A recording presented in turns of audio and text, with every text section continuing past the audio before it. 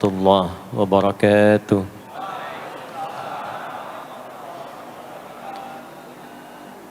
الحمد لله الذي بحمده تتم البركات وبفضله تتم الصالحات. الصلاة والسلام على رسول الله الذي بصلواته تتم الشفاعات. فصلوات الله وسلامه التام عليه وعلى أهله وآله وذرياته وأصحابه وأمته إلى يوم الميعاد. أما بعد، فيا أحباب الله وأحباب رسوله صلى الله عليه وسلم، أوصي نفسي وإياكم بتقوى الله فقد فاز المتقون، فلا تموتن إلا وأنتم مسلمون. فقال تعالى: يا أيها الذين آمنوا اتقوا الله حق تقاته ولا تموتن إلا وأنتم مسلمون. Yang kami hormati para asatidzah, para ulama, keluarga besar di pengurus Masjid Raya Pondok Indah, baik di yayasan, di masjid, dan semua yang terlibat dalam kemakmuran masjid ini, semoga senantiasa diberkahi dan diberikan kemuliaan oleh Allah Subhanahu wa taala. Tidak disebutkan sifat pemakmur masjid di dalam Al-Qur'an kecuali dengan sifat-sifat yang terbatas. Karena ayatnya pun dibuka dengan adatul hasri, huruf pembatas. Ditemukan di Quran surah ke-9 At-Taubah di ayat yang ke-18.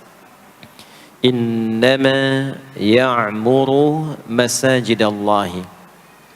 Jika ada ayat Al-Quran dibuka dengan kata innama, adatul hasri, huruf pembatas, maka hukumnya hanya berlaku atau terbatas pada yang disebutkan di ayat saja, tidak keluar dari situ. Saya beri contoh bandingan dulu. Zakat itu dikeluarkan dan disalurkan hanya untuk 8 golongan. Tidak boleh keluar dari 8 golongan itu. Kenapa tidak boleh di luar 8 golongan itu? Karena ayat pengeluaran zakat dibuka dengan kata innama. Quran surah 9 At-Taubah di ayat ke-60. Innamas sadaqatu. Zakat itu hanya boleh dikeluarkan untuk golongan berikut. Jadi di luar golongan itu tidak menerima zakat. Nanti ada skema lain seperti infak, sedekah umum dan sebagainya. Ayat pemakmur masjid dibuka dengan kata innama, memberikan kesan bahwa tidak setiap orang memiliki satu kecenderungan, satu nikmat, satu keinginan untuk berkontribusi memakmurkan masjid.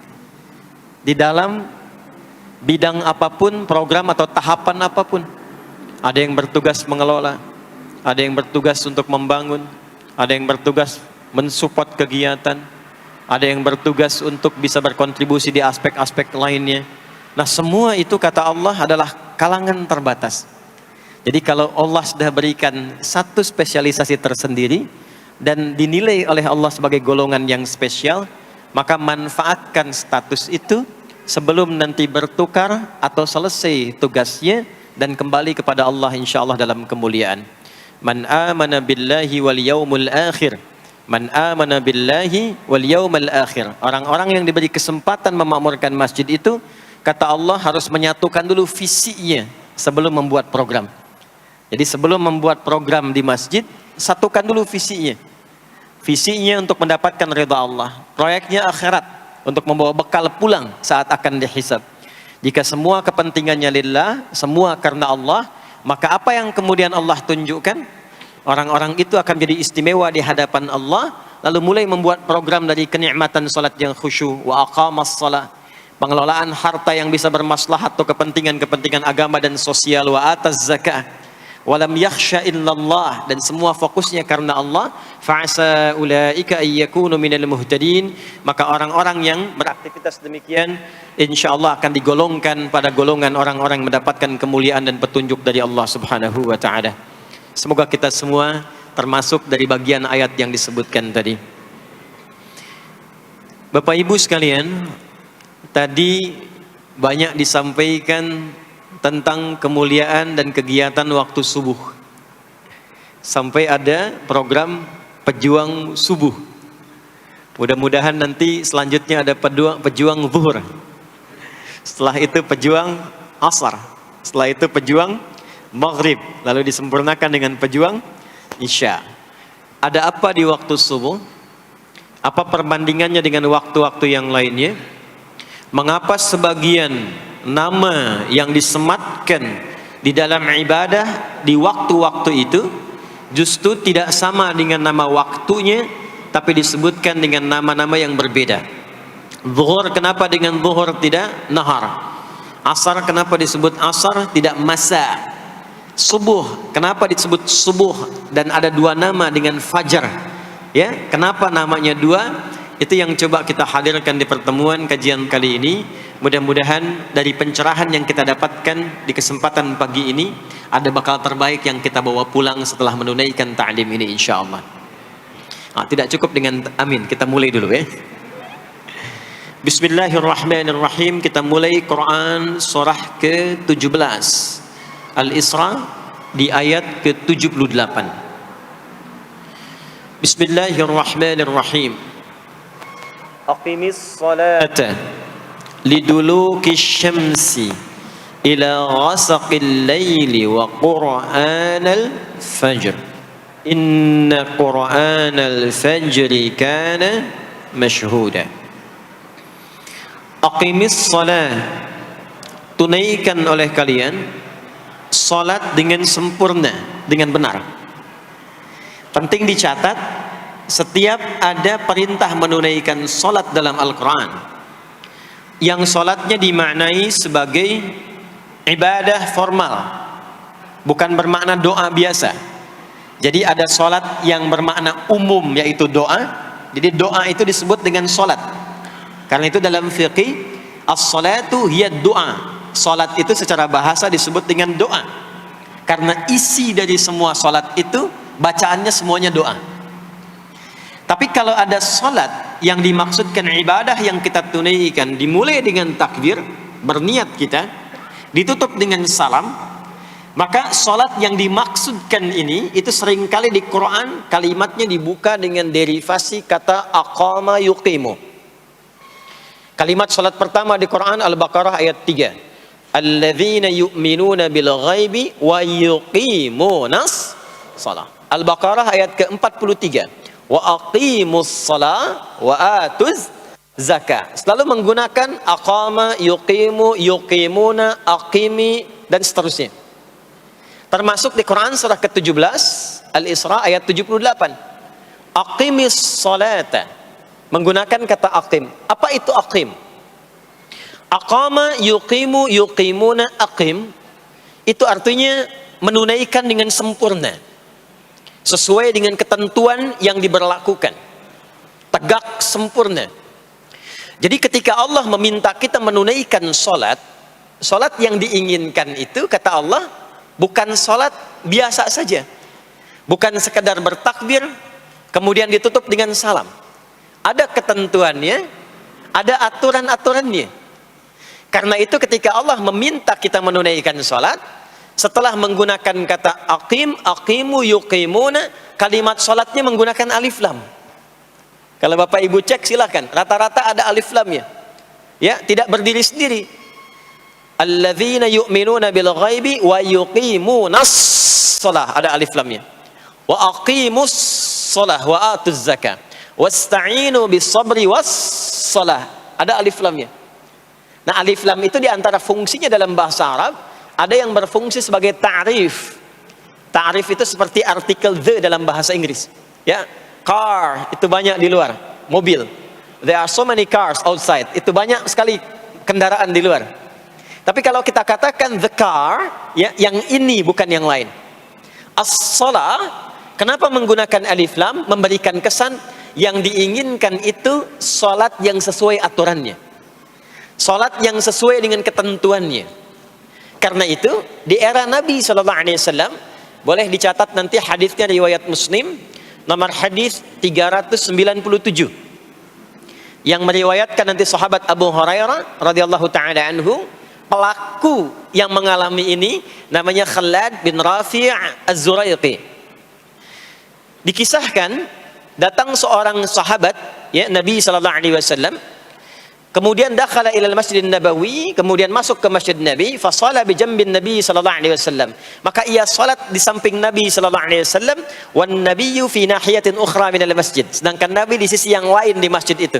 Kalau diilustrasikan, dia masuk ke masjid, kemudian Nabi di satu sisi yang lain. Kemudian dia salat. Kemudian ketika dia selesai, falamma sallama yaminan wa shamala, thumma atan nabiyya sallallahu alaihi wasallam. Ketika dia salam ke kanan dan ke kiri, lalu mendatangi Nabi sallallahu alaihi wasallam. Faqala, dia berkata, "Assalamu alayka ya Rasulullah." Ya, assalamu alayka ya Rasulullah. Kata Nabi, "Wa alaikassalam wa rahmatullah. Irji' shalli fa innaka lam tusalli." Kata Nabi, "Wa alaikassalam wa rahmatullah. Kamu salat lagi karena engkau belum salat." Padahal sudah salam. Fa'ada salatahu, kemudian dia mengulang salatnya. Thumma atan nabiyya, dia datang lagi ke Nabi sallallahu alaihi wasallam. Dia berkata, "Assalamu alayka ya Rasulullah." Dijawab dengan jawaban yang sama. Kata Nabi, "Wa alaikassalam wa rahmatullah. Irji' salli fa innaka lam tusalli." Kamu balik lagi salat karena engkau belum salat. Padahal sudah salam.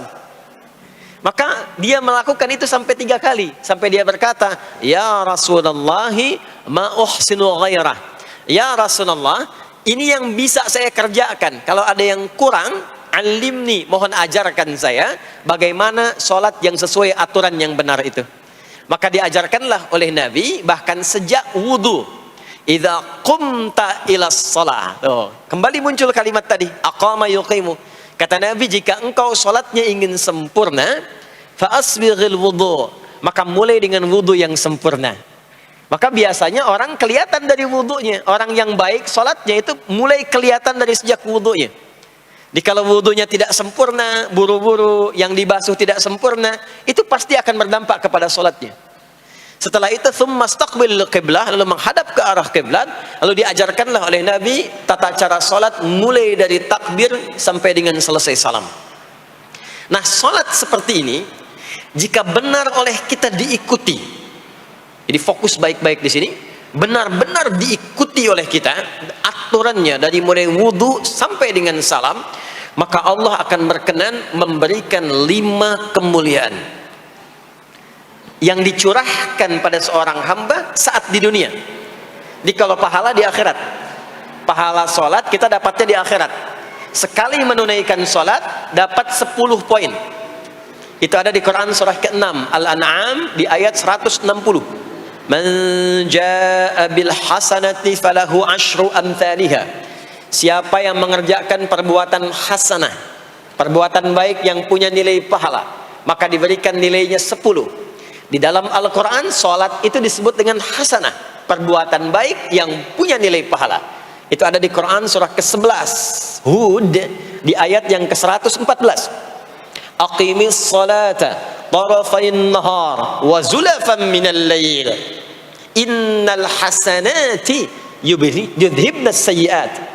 Tunaikan sholat di pembuka siang sampai akhirnya, sampai ketemu malam. Jadi dari subuh, zuhur, asar, maghrib sampai ke isya. Semua solat itu kata Allah disebut dengan hasanat. Innal hasanat. Hasanat jamak dari hasanah. Jadi solat disebut dengan hasanah. Kalau kita menunaikan solat di Al-An'am ayat ke-160, maka diberikan poin. Poinnya namanya ajrun.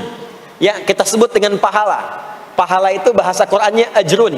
Di Quran surah At-Tin, lahum ajrun ghairu memnun. Begitu kita mengerjakan amal soleh, maka diberikan pahalanya. Perbuatan amal solehnya disebut dengan hasanah, pahalanya disebut dengan ajrun.